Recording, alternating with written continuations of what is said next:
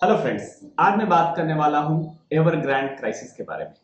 So if you want to know कि Evergrande crisis क्यों हुआ, इनका ये प्रॉब्लम कितना बड़ा है, क्या ये नेक्स्ट लेमन क्राइसिस हो सकता है, is it company too big to fail, and इस क्राइसिस का इम्पैक्ट इंडियन मार्केट में कैसे हो सकता है, then you have to watch this video till the end. China के बारे में मैं एक इंटरेस्टिंग चीज आपके साथ शेयर करना चाहता हूँ। एक अमेरिकन इन्वेस्टर ने अपनी बुक में लिखा था कि when I went to China, I found that there are 3 different balance sheet. उन्होंने इसे फर्स्ट हैंड एक्सपीरियंस किया।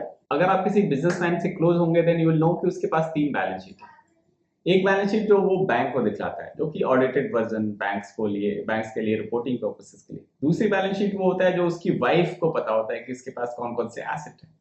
और interestingly they have third balance sheet जहां पे जो सिर्फ और सिर्फ उनकी गर्लफ्रेंड को पता होता है। So China and opaqueness of information is always there. So ये वीडियो बनाने का पर्पस भी ये है so that you get to know कि अमंग दिस ह्यूज नॉइज क्या एक्चुअली क्या हो रहा है इन चाइना। तो इसीलिए मैंने इस क्राइसिस को एक्सप्लेन किया है from cultural angle, from economic angle, from government angle, so that you would know exactly why this crisis happened और इस क्राइसिस से हम क्या सीख सकते हैं। आप इस चैनल पे नए हैं then please subscribe to my channel and don't forget to like the channel so that मैं ऐसे वीडियो और भी बनाता रहूं आपके लिए। So let's begin towards Evergrande crisis. Evergrande एक रियल एस्टेट कंपनी है जो कि चाइना में नंबर 2 है in terms of market and sales. So it's a large company and इस कंपनी के साथ खास बात यह है कि कंपनी ने अपने जितने भी एक्सपेंशन किए वो बोरोड मनी से। So currently company is in crisis. So let's understand कि चाइना में रियल एस्टेट की हिस्ट्री क्या है, बिकॉज ये कंपनी वहां की दूसरी सबसे बड़ी कंपनी है। सो एक तरीके से ये चाइना की रियल एस्टेट को डिनोट करता है। So let me explain it to you कि चाइनीज रियल एस्टेट कैसे डेवलप हुआ। सो वे बैक इन 1988, उसके पहले जो है चाइना में रियल एस्टेट नाम का कोई इवॉल्विंग सेक्टर नहीं था, बिकॉज जो लैंड था वो ऑलवेज गवर्नमेंट हेल्ड था, वहां पे हाउसिंग प्रोजेक्ट्स नहीं थे। रीजन फॉर दैट वाज कि चाइना की इकोनॉमी जो है वहां पे एम्प्लॉयर ड्रिवन इकोनॉमी है। वहां स्टेट एम्प्लॉयर्स होते हैं, जैसे बहुत सारे प्रोविंस हैं, वहां के स्टेट गवर्नमेंट एम्प्लॉयमेंट प्रोवाइड करते हैं, साथ ही साथ वो रेसिडेंशियल कॉलोनी भी बिल्ड करते हैं और वहां उन्हें रेसिडेंस के लिए भी जगह मिल जाती है so that they can work till they retire. ये सिनेरियो था बिफोर 1988, बट चाइनीज गवर्नमेंट ने डिसाइड किया कि they would convert themselves as a capitalist economy. So capitalist economy होने के लिए दे नीडेड कैपिटल, और उनके पास एसेट क्या था, तो एसेट था ये लैंड। ज्यादातर लैंड जो है it was owned by government, तो उन्होंने लैंड को मोनेटाइज करने के लिए एक स्कीम निकाली। और बेसिकली ये स्कीम जो थी वो पहले टेस्ट हो चुकी थी इन Hong Kong market. Hong Kong was at that time not China, but China का इन्फ्लुएंस काफी था उसमें। Hong Kong was run by United kingdoms, तो वहां से एक तरीके से ये मॉडल, बिजनेस मॉडल हांगकांग के थ्रू चाइना में आया और चाइनीज गवर्नमेंट ने जो लैंड थे उसको लीज पे देना शुरू किया। एंड दीज, और ये जो लीज थे वो काफी लंबे समय तक के लीजेस थे, जैसे कि रेसिडेंशियल प्लॉट के लिए जो लीज थी वो 70 इयर्स की थी एंड कमर्शियल के लिए अप टू 50 इयर्स की लीज गवर्नमेंट ने देनी शुरू की।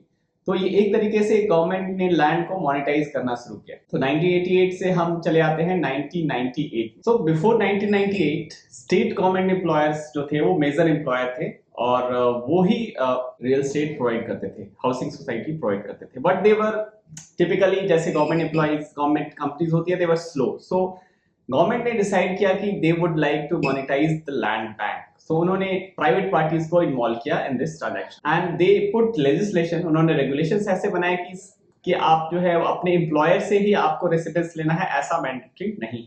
ये उन्होंने एक नया रूल बनाया। और एक दूसरा रीजन भी है why Chinese real estate became so big. एक कल्चरल रीजन है, पास घर नहीं है देन आपकी शादी होनी बहुत ही मुश्किल है। सो इसीलिए वहां के ज्यादातर लोगों का जो इन्वेस्टमेंट है that is actually into real estate. Up to 70% जो है वो अपनी सेविंग्स जो है रियल एस्टेट में इन्वेस्ट करते हैं। एंड आपको पता होगा कि अमेरिका की saving rate is hardly 8%, but China की saving rate is 40%। Main driver of saving is owning a house. India में भी saving rate is quite high, रफली 30% है। यहाँ पे भी हाउस के पीछे जो है मारामारी रहती ही है। चाइना में ये कल्चरल एक फैक्टर है जिसके कारण रियल एस्टेट को काफी पुश मिला। साथ ही चाइना में जो होम ओनरशिप है वो 90% है, यानी चाइना के 100 लोगों में से 90 लोगों के पास घर है। सो ऑब्वियसली ये जो राइज हुआ इतने 90 लोगों के पास घर बनाने के लिए there has to be a machine in place and that machine was Evergrande. Evergrande जब मार्केट में आया 2009 में it became listed and it has a stellar IPO. Unitech ने जैसे एक similar IPO इंडिया में लाया था, something similar to that was there in Evergrande parallel. तो Evergrande जब मार्केट में आया तब उसके पास 55 मिलियन स्क्वायर मीटर का लैंड बैंक था, जो कि ह्यूज लैंड बैंक होता है। साल बेस वो सिर्फ 5.6 मिलियन स्क्वायर मीटर ही डेवलप कर रहे थे, जिसे ग्रॉस फ्लोर एरिया कहते हैं। यानी कि 55 मिलियन लैंड बैंक है और 5.6 मिलियन वो डेवलप कर रहे थे, यानी रफली 10x का ग्रोथ रन में उस कंपनी के पास उस समय था। And they use that money to repay the debt. तो उस समय एक बैलेंस शीट क्लीन हो गई थी। 2009 was a time when things were hunky dory, सारी चीजें एवरग्रांड के हिसाब से हो रही थी। एंड जब आईपीओ के समय तो कुछ इन्वेस्टमेंट बैंकर्स ने एवरग्रांड को McDonald's of the Chinese real estate भी कहा था। तो that was the peak, that was kind of the great beginning Evergrande had. तो आईपीओ के बाद एवरग्रांड ने उस आईपीओ प्रोसीड से डेट पे किए, फिर उससे बोरो किया बहुत सारा, और एवरग्रांड ने 75% लैंड बैंक ग्रो किया। और ये सारा लैंड बैंक जो अक्वायर कर रहे थे वो अक्वायर कर रहे थे फ्रॉम बैंक्स। एंड बैंक और चाइनीज रियल एस्टेट का एक बहुत ही क्लोज रिश्ता है। तो ये चीज को समझने के लिए एक चार्ट आपके सामने है। ये चाइना का कैश रिजर्व रेशियो है। कैश रिजर्व रेशियो एक ऐसा अमाउंट होता है जो हर एक बैंक को अपने कैश फॉर्म में रखना होता है। अगर जैसे ICICI bank is a bank, तो उसके पास 100 करोड़ है, तो सीआरआर जो कि इंडिया में 5 के आसपास होता है, 5% होता है, 5 रुपए आपको कैश के फॉर्म में रखना होता है। चाइना 2010-11 के करीब जो है सीआरआर वाज अराउंड 22, काफी ज्यादा लिक्विडिटी उन्हें बैंक को लिक्विड फॉर्म में रखना पड़ता था। बट उन्होंने धीरे धीरे लिक्विडिटी को इंजेक्ट करना शुरू किया इकोनॉमी में बाय रिड्यूसिंग सीआरआर। अब ये आप एक स्टेयर केस देख रहे हैं। ये स्टेयर केस को अगर आप क्लोजली देखेंगे, साथ ही इसे अगर आप रियल एस्टेट के प्राइसेस से कंपेयर करेंगे, then you will make sense out of it. जब रियल एस्टेट प्राइसेस जो है नीचे गिरी, लेफ्ट हैंड साइड पे रियल एस्टेट प्राइसेस का डिनोटेड है, तो जैसे ही रियल एस्टेट प्राइसेस कम हुई तो उसको बैलेंस करने के लिए चाइनीज सेंट्रल बैंक ने सीआरआर को भी कम किया। आप एक क्लोज रिलेशनशिप देख सकते हैं between real estate and banks lending, and result is कि चाइनीज बैंक्स की 30% lending is to real estate at present. Government of China ने एक एक्टिव रोल प्ले किया है in rise of real estate and including Evergrande, क्योंकि real estate से वो एक तो लैंड मोनेटाइज कर रहे थे, उस पैसे को वो इंफ्रास्ट्रक्चर में इन्वेस्ट कर रहे थे, और साथ ही इनकी जो डिपेंडेंट इंडस्ट्रीज थी, चाहे वो मैन्युफैक्चरिंग इंडस्ट्रीज हो, कमोडिटी बेस्ड इंडस्ट्रीज हो, मेटल्स हो, स्टील्स हो, वो सारी इंडस्ट्री रन कर रही थी from, it was closely funded by the land bank China had. और इसीलिए चाइना में कितने गोस्ट सिटीज के बारे में आपने सुना, वहां पे बहुत ज्यादा रियल एस्टेट डेवलपमेंट हुआ ओवर पास्ट डेकेड। तो एवरग्रांड की कहानी पे आते हैं। एवरग्रांड ने आफ्टर आईपीओ दे डाइवर्सिफाइड, यानी कि they went into multiple sectors such as mineral water, they started owning a football club, वो एक कल्चरल एंटरटेनमेंट डिवीजन भी उन्होंने डेवलप किया, और lastly they entered in electrical mobility, जो कि एक अच्छा बिजनेस रहा उनके लिए। सो उन्होंने काफी डाइवर्सिफाई किया इनटू अनरिलेटेड सेक्टर। तो जब आप एक अच्छी कंपनी को एनालाइज करते हैं, then you have to look at कि वो फोकस्ड है या नहीं। बट एवरग्रांड के केस में आप देख सकते हैं कि इन्होंने अपने कैपिटल को जगह जगह हर जगह अनरिलेटेड चीजों में भी ऑक्यूपाई किया, यूज किया। एक bad capital investment decision was also a reason for collapse of Evergrande. Real reason why China की इतनी बड़ी कंपनी है, why this company is at the verge of collapse. अभी से 1 साल पहले Chinese real estate has implemented 368 new regulations to tighten real estate. Akin to जैसे हमारे यहाँ रेरा आया था, वैसे ही चाइना ने अभी लास्ट ईयर में जब ज्यादातर real estate companies bank funding पे रन कर रही थी, तो गवर्नमेंट को लगा कि एक सिस्टमिक रिस्क बन रहा है, तो उन्होंने 3 डॉटेड लाइंस पॉलिसी लाई। प्रॉपर्टी डेवलपर को 3 स्ट्रिक्ट कैप फॉलो करना पड़ेगा on asset, on cash and on equity.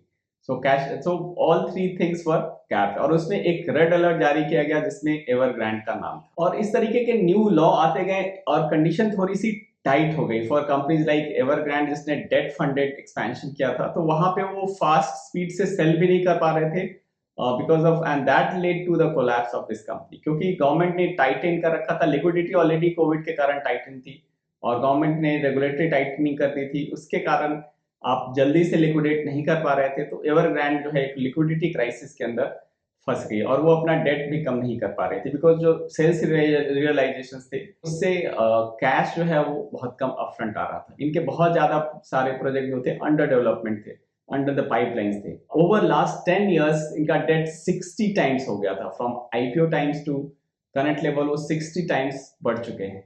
और इनकी नेट गियरिंग यानी कि debt as a percentage of equity was 153% last year.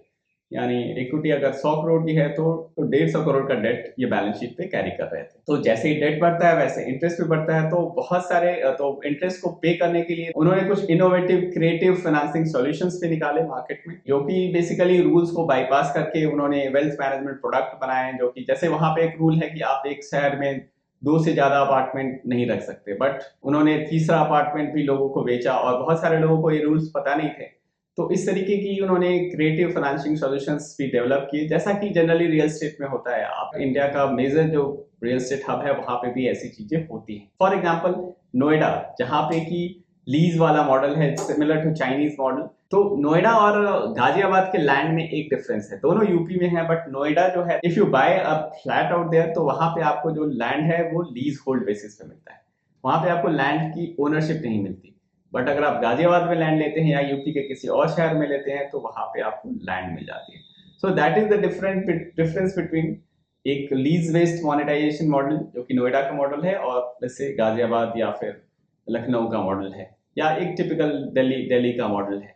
तो वहां पे आपको लैंड लीज पे मिल जाती है थ्रू गवर्नमेंट। करप्शन से लिंक किया जा सकता है यहाँ पे, क्योंकि डेवलपमेंट अथॉरिटी को काफी पावर होते हैं जहाँ पे वो रियल एस्टेट डेवलपर के साथ नेगोशिएट करके अच्छे रेट्स पे लैंड रिलीज करते हैं। तो एक फॉल्टी मॉडल है जो कि चाइना ने काफी फुल थ्रॉटल यूज किया on a country level basis पे किया था, इसीलिए ये एक सिस्टमिक रिस्क बनता गया उनके सिस्टम। तो बेसिकली ये कंपनी डिफॉल्ट कंडीशन में इसलिए आई क्योंकि इन्होंने बहुत ज्यादा बोरो कर लिया था। So their business model was borrow to build. जहाँ पे बोरोइंग आती है वहां पे इंटरेस्ट पेमेंट्स आते हैं और उसे पे करने में ही इस कंपनी की हालत खराब हुई है।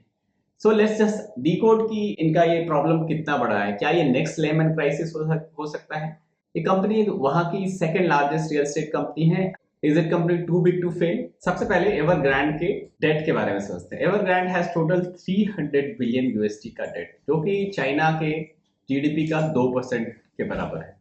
So it is a significant amount. But China में जो रियल एस्टेट क्राइसिस आ रही थी इसका अंदेशा तो गवर्नमेंट ऑफ चाइना को पहले से ही था, क्योंकि उन्होंने 3 डॉटेड लाइन पॉलिसी के बाद ही वहां के बैंक्स को वहां गाइडलाइंस दी थी कि you have to conduct a stress test. Stress test यानी कि वो बोलते हैं कि अगर कोई कंपनी जैसे एवरग्रांड इज गोइंग टू डिफॉल्ट, उस केस में आपका क्या प्लान ऑफ एक्शन होगा।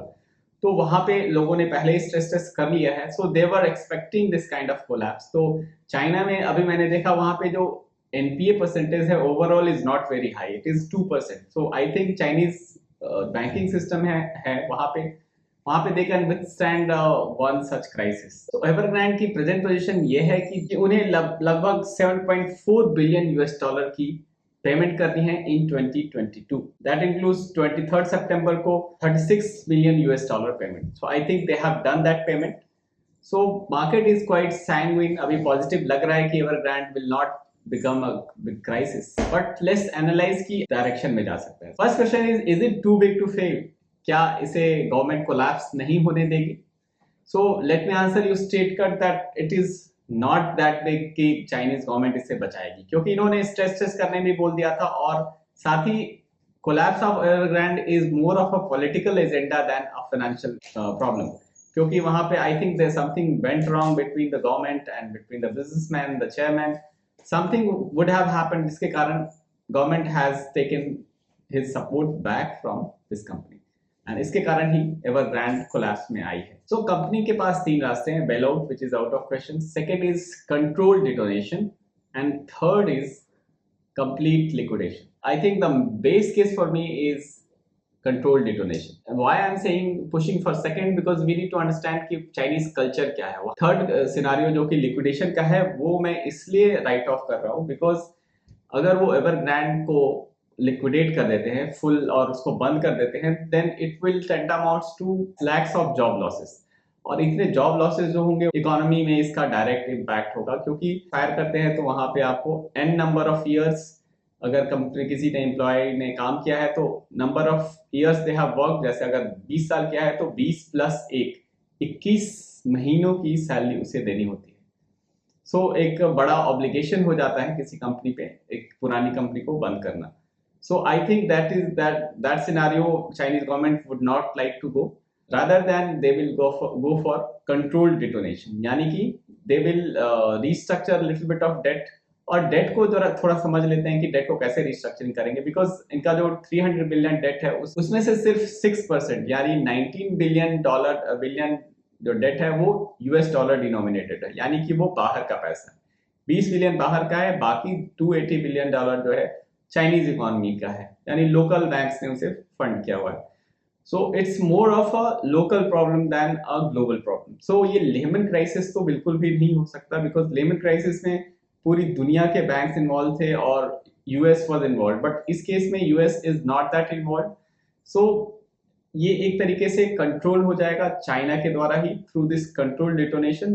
वो इस कंपनी को धीरे धीरे शट डाउन कर देंगे, something what has happened in case of IL&FS को भी इन्होंने रन किया, they did not close it down, but government ने अपने लोगों को वहां बैठाया एंड बोर्ड चेंज कर दिया, मिस्टर उदय कोटक को वहां पे लाया गया। वैसे ही चाइना में भी कुछ होगा, वहां पे Chinese government is currently looking for some other real estate company को वो स्टेक बेचते हैं, ऐसा वो सोच रहे हैं। इस तरीके का कुछ I think is there on the cards. जहां तक डेट की बात है, डेट के अलावा वहां पे जो कॉन्ट्रैक्टर है उन्हें भी पे करना है। डेट जो है उसमें ज्यादातर डेट बैंक्स का है, सो बैंक्स तो हेयर कट लेंगे लेकिन वो ज्यादा नहीं लेंगे, ज्यादा हेयर कट जो है वो बॉन्ड होल्डर्स को लेना पड़ेगा। सो आई थिंक अगर बॉन्ड होल्डर्स इन्वेस्टर हैं उन्हें हेयर कट लेना पड़ सकता है, क्योंकि बैंक्स को अगर ज्यादा हेयर कट देंगे देन कॉमन मैन का पैसा बैंक्स में होता है, वहां पे उन्हें इम्पैक्ट होगा। So I think government will decide a midway और एक कंट्रोल्ड वे में ये क्राइसिस मैनेज हो सकती है। So it's not an unmanageable crisis. So let's understand कि इसका इम्पैक्ट जो है किस किस सेक्टर पे होगा। Real estate being a major end user industry of steel, China जो कि वर्ल्ड का 50% स्टील प्रोड्यूस और कंज्यूम करता है, वहां पे रफली 50% यानी ओवरऑल 25% कम्स फ्रॉम कंस्ट्रक्शन। उस कंस्ट्रक्शन में दो हिस्से हैं, one is real estate, other is infrastructure. So real estate overall China का 32% स्टील डिमांड जो है वो रियल एस्टेट से आता है। सो स्टील इंडस्ट्री पे थोड़ा सा असर होगा, थोड़ा शॉर्ट टर्म में वहां पे डोमेस्टिक डिमांड थोड़ी सी कम होगी, बट मैं शॉर्ट टर्म इसलिए यूज कर रहा हूँ क्योंकि आई थिंक जो गवर्नमेंट जो प्रोजेक्ट ऑन द गो हैं, उन्हें जो नई एजेंसीज होंगी, नया जो बायर होगा, they will try to complete those projects, because ultimately otherwise वहां पे सिस्टमिक कोलैप्स होने का खतरा रहेगा। So steel demand would go slow and other metal demand, copper पे भी थोड़ा सा स्लोनेस आएगा बिकॉज ऑफ दिस इवेंट। तो ओवरऑल आई थिंक इसका बहुत ज्यादा बुरा असर इंडियन मार्केट पे नहीं होगा। It will be contained to Chinese market. It will not be a contagion like Lehman crisis. So I think डरने की बात नहीं है. So stay invested and keep watching our video. जरूर कमेंट में बताएं आपको हमारी एनालिसिस कैसी लगी। आशा है आपको ये वीडियो अच्छा लगेगा। So please like this video. Please don't forget to subscribe the channel and